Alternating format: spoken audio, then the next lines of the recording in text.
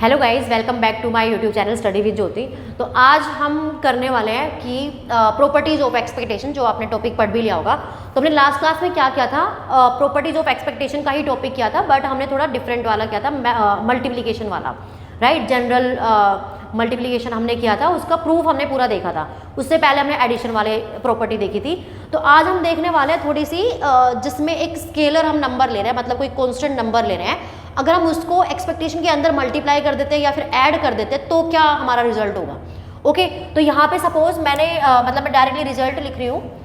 तो यहाँ पे जैसे सपोज पहले मैंने मान लिया कि x इज आपका एक क्या है, रैंडम वेरिएबल है, ठीक है। एंड मैंने यहाँ पे ले लिया a इज अ कॉन्स्टेंट, क्योंकि ऑब्वियसली मैंने अभी बोला आपको कि एक हम मतलब एक कॉन्स्टेंट ले रहे हैं, उसमें एडिशन में और मल्टीप्लिकेशन में प्रॉपर्टी देखने वाला है। तो इसको हम कैसे डिफाइन कर रहे हैं कि e ऑफ आपका हो जाएगा कि a इंटू पहले मल्टीप्लाई वाला करते हैं फिर एडिशन वाला करेंगे। ओके, तो this is first part, Sai of x आपके पास आ जाएगा। अब ये क्या होगा, इसमें यह आपका हो जाएगा a इंटू मतलब ये आपका मल्टीप्लाई होके e ऑफ साई, ठीक है, x। ये आपका इसका रिजल्ट आएगा। इसको मैं थोड़ा सा बड़ा लिख देती हूँ। तो ये आपके पास आ जाएगा ये वाला रिजल्ट इसका। अब यहाँ पे जो ये लिखा हुआ है, ये मैंने एक्सप्रेशन जो बनाया है, ये आपका क्या है, this is the function of x। जैसे नॉर्मली हम f ऑफ x लिखते हैं ना, या फिर f ऑफ x लिखते हैं, तो ये हमारा साई है, इसको हम बोलते हैं Sai. Okay, this is the function of random variable x and a is a constant here. तो अब जो हमारी सेकंड प्रॉपर्टी होती है वो क्या होती है आपके पास, कि एक्सपेक्टेशन के अंदर अगर आप ले लेते हो साई ऑफ x, मतलब एक फंक्शन, इसके अंदर आप अगर उस कांस्टेंट को ऐड कर देते हो तो फिर हमारे पास क्या रिजल्ट होगा। तो रिजल्ट आएगा आपके पास e ऑफ, ये आपके पास हो जाएगा साई ऑफ x प्लस ये आपके पास आ जाएगा सिंपल a। ओके, तो यहाँ पे ये अब हम प्रूव करेंगे कि ये रिजल्ट आ कैसे रहा है। ये आपके पास दो रिजल्ट्स होते हैं, ये मैंने लिख दिया। अब हम वन बाय वन इनका प्रूव करते हैं। Okay, so let's start from the first part. तो इसमें देखो हमारे पास क्या है, हम लेफ्ट वाला पार्ट लेके चल रहे हैं, हम राइट वाले की तरफ अपने आप पहुंच जाएंगे प्रूव करते करते। तो लेफ्ट पार्ट में आपके पास है e of a Sai x this. Okay, तो अब आपको पता है अगर हम कॉन्टिन्यूस प्रोबेबिलिटी की तरफ जाए, ठीक है, डिस्ट्रीब्यूशन की तरफ, तो उसको हम कैसे लिख सकते हैं, इंटीग्रेशन में लिखेंगे कॉन्टिन्यूस, क्योंकि आप इंटीग्रेशन से रिप्रेजेंट करते हो जो आप ऑलरेडी पढ़ चुके होंगे। तो यहाँ पे हो जाएगा माइनस इन्फिनिटी टू इन्फिनिटी, जो हमारी रेंज होती है इंटीग्रेशन की। ये हमारा आएगा यहाँ पे a साई x और यहाँ पे आपका f ऑफ x dx। ये हमारा पूरा फंक्शन डिफाइन हो जाएगा। इसकी मतलब ये आपका नॉर्मली ऐसे होता है जैसे e ऑफ x होता है, तो ये आपका हो जाएगा इसमें integration minus infinity to infinity x F X D X, ऐसे डिफाइन होता है आपका एक्सपेक्टेशन। तो यहाँ पे मतलब एक्सपेक्टेशन के अंदर जो भी होगा वो यहाँ पे आ जाएगा, फिर उसके बाद एफ एक्स डी एक्स तो लगेगा ही लगेगा, ठीक है। तो आई थिंक अब ये वाला कॉन्सेप्ट क्लियर है आपको। अब उसके बाद हमें ये प्रूव करना है। तो अब देखो, आपने नॉर्मल इंटीग्रेशन में देखा ही होगा अभी तक कि अगर मेरे पास सपोज एफ ऑफ एक्स है, यहाँ पे डी एक्स है और यहाँ पे कुछ कांस्टेंट लगा हुआ है, तो आप इस कांस्टेंट को बाहर लेके फंक्शन का इंटीग्रेशन कर देते हो, है ना। जैसे कि मैंने सपोज मैं एग्जांपल भी दे देती हूँ आपको इसका। सपोज मेरे पास है 5x dx, इसका अगर इंटीग्रेशन करना है तो आप 5 को बाहर ले लेते हो और x dx का इंटीग्रेशन कर देते हो, that means 5x² 2 plus c, ये आपका आंसर आ जाता है। तो मतलब कि वो जो कांस्टेंट था 5 जो मल्टीप्लाई हो रखा था वो बाहर निकल गया आपका, ठीक है। तो इसमें सिमिलरली जो ये a है, this is a constant, right. तो इसको हम बाहर निकाल सकते हैं, जो कि आपका क्या आ जाएगा, a integration of psi x, यहाँ पे f ऑफ x और ये dx minus infinity to infinity.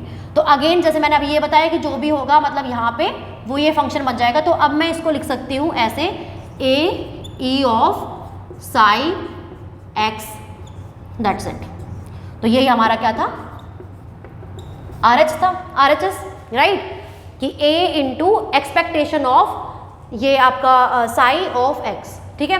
तो यहाँ पे हमारा प्रूव हो गया, इसको हम लिख देंगे हैंस प्रूव्ड। ओके, तो अब देखो, अब हम सेकेंड पार्ट की तरफ चलते हैं। तो सेकेंड पार्ट आपका क्या था, e of expectation of psi x plus a था, ठीक है। तो अब हम इसमें बढ़ेंगे। तो अब आपको पता है कि आपने नॉर्मली पढ़ा होगा एक्सपेक्टेशन में कि आपके पास ये अगर होता है तो आप इनको अलग अलग कर सकते हो, सेपरेट मतलब x, ऐसे इस तरीके से। ठीक है, बट हम इस तरीके से नहीं जाएंगे, हम जाएंगे इसको डायरेक्टली इंटीग्रेशन में कन्वर्ट करेंगे।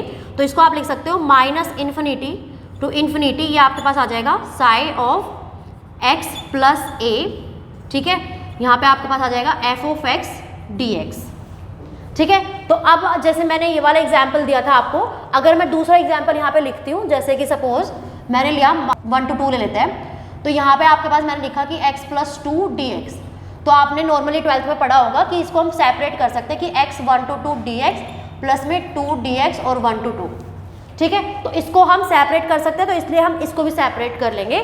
तो ये आपके पास क्या आ जाएगा, minus infinity to infinity psi of x, ठीक है, और ये f ऑफ x dx,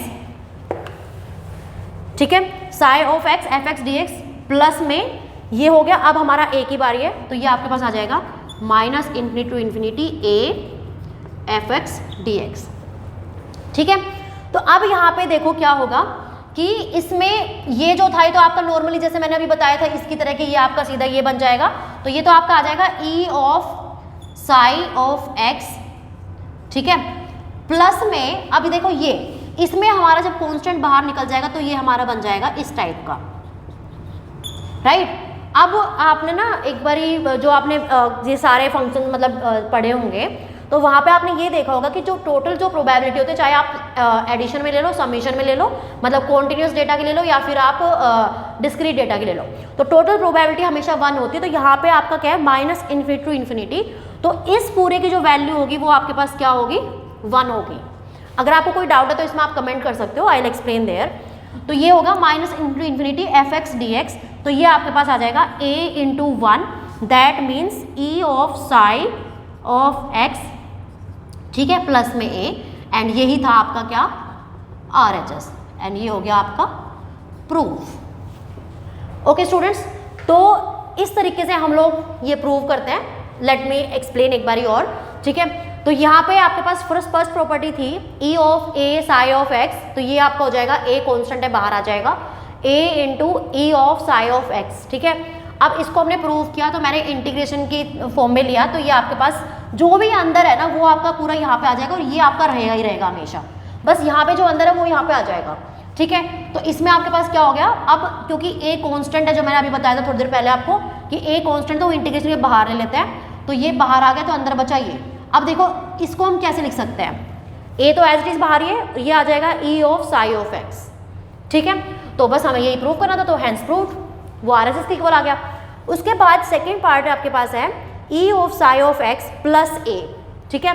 तो प्लस a हमें अब प्रूव करना है, ये वाला पार्ट अपना, अच्छा जो मैंने पहले लिखा था, मतलब इसको सेपरेट हम कर सकते हैं। तो ये मैंने अगेन इंटीग्रेशन की फॉर्म में लिखा psi of x plus a F X D X, इसको मैं लिख सकती हूँ कि integration minus infinity to infinity psi of x F X D X plus a पूरा, ठीक है। अब देखो ये तो हमारा अगेन ये हो जाएगा जो मैंने अभी बताया यहाँ पे, ये वाली चीज़, और प्लस में ये जो कांस्टेंट है ये अगर मैं बाहर ले लूँगी तो मेरे पास बनेगा ये।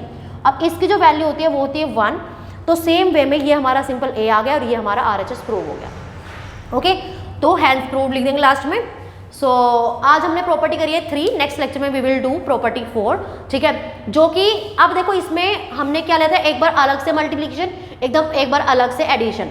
अब जो नेक्स्ट प्रॉपर्टी है उसमें हम लोग करेंगे कि हम एडिशन और मल्टीप्लिकेशन सब साथ में ले लेंगे, ठीक है। तो हम कैसे करेंगे, ठीक है। So yes guys, this is for today, मिलते हैं अपने नेक्स्ट लेक्चर में। Till then bye bye, take care.